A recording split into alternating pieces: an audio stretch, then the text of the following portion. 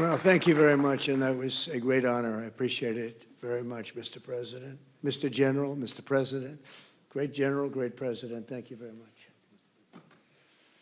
This is the day that people across the region and around the world have been working, striving, hoping, and praying for. They have done things over the last month that I think were really unthinkable.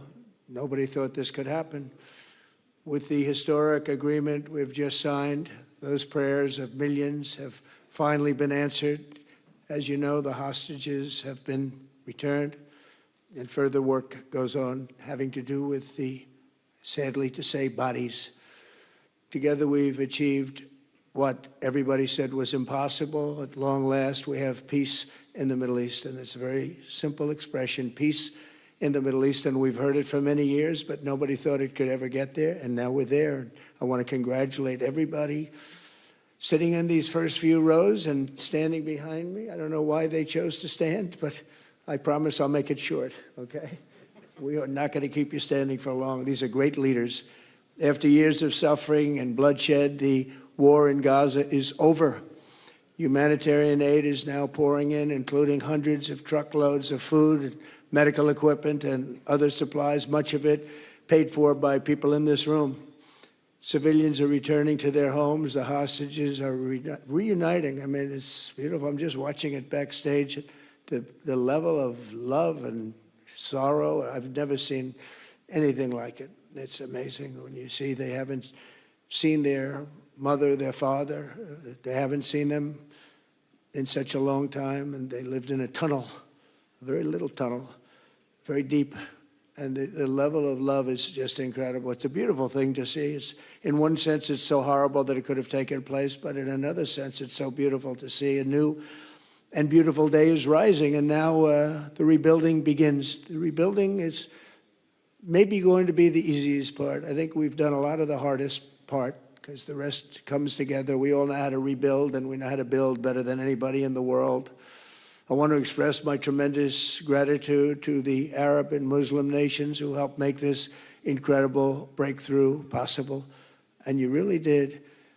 To President el-Sisi of Egypt, who is so generously hosting us today. And I want to thank you for the outstanding job your country is doing in so many different ways, and for helping us so much with this peace agreement. I also want to thank the President for the escort of 6 fighter jets. Oh, we looked out the window, we said, I hope they're friendly, and they turned out to be very friendly. But we had 3 on each side, and they are beauties right out of the great, really American manufacturing hub. We make the greatest military equipment in the world. We have the strongest military in the world by far. And I knew exactly what those planes were, and I knew exactly how much you paid for those planes, too. You paid a lot, but you got a pretty good deal. And they are great planes, and we just appreciate it. That was quite an escort in.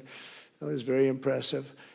But Air Force One was really, it was covered with Egyptian desert just a few months ago. If you think about it, just a few months ago, it was Egyptian desert, and now it was just a few feet off our window. And it was a spectacular sight, and I appreciate it very much. Really, that was pretty good. You got our people by surprise. I don't know if they were thrilled right at the beginning, but they were thrilled as we sailed along very, very calmly and safely. And I'm deeply honored to receive from you, Egypt's highest state honor, the Order of the Nile. The Nile is so beautiful, so magnificent. It's such a beautiful title, the Order of the Nile. Thank you very much, Mr. President. Appreciate it. Great honor. I also want to give a very special thanks to the Emir of Qatar, a man who's outstanding. He's been a friend of mine for a long time, long before politics, and he's a fantastically respected man. His Highness Sheikh Tamim is respected by everybody. He's respected by everybody, and in the most positive way, not only because of power, because of his heart. He's got a tremendous heart, and he's a great leader, and his country loves him. Thank you very much for being here. It's an honor. Let me also express our condolences to the Qataris on the tragic car crash that claimed the lives of your cherished diplomats, some of whom were known by our people, and they were supposed to be incredible people. So please extend our sorrow and best wishes. That was tough. That was really tough. On this extraordinary occasion, I also want to give our sincere thanks to President Erdogan of Turkey. He's always there when I need him. He's such a tough guy. He is tough as you can be, but we love him. And when they have a problem with you, they always call me to handle it. And usually I come through. We just have a good relationship, and we have from the beginning. And so I want to thank you very much and say hello to your wife, your beautiful wife. And it's great to be with you. Always there. When I need him, he's always there. Thank you very much, Mr. President. And I also want to thank, I just spoke to him on the phone, His Royal Highness Crown Prince Mohammed, Saudi Arabia, a special friend of mine. Boy, he's come so long and so far, and he's doing a fantastic job for his country.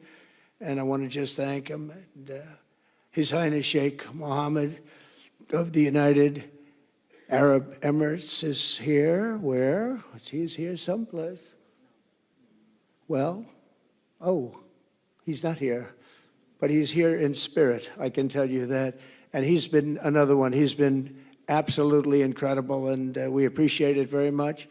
And His Majesty King Abdullah of Jordan. And thank you very much, King Abdullah of Jordan. He's here. Thank you. Thank you.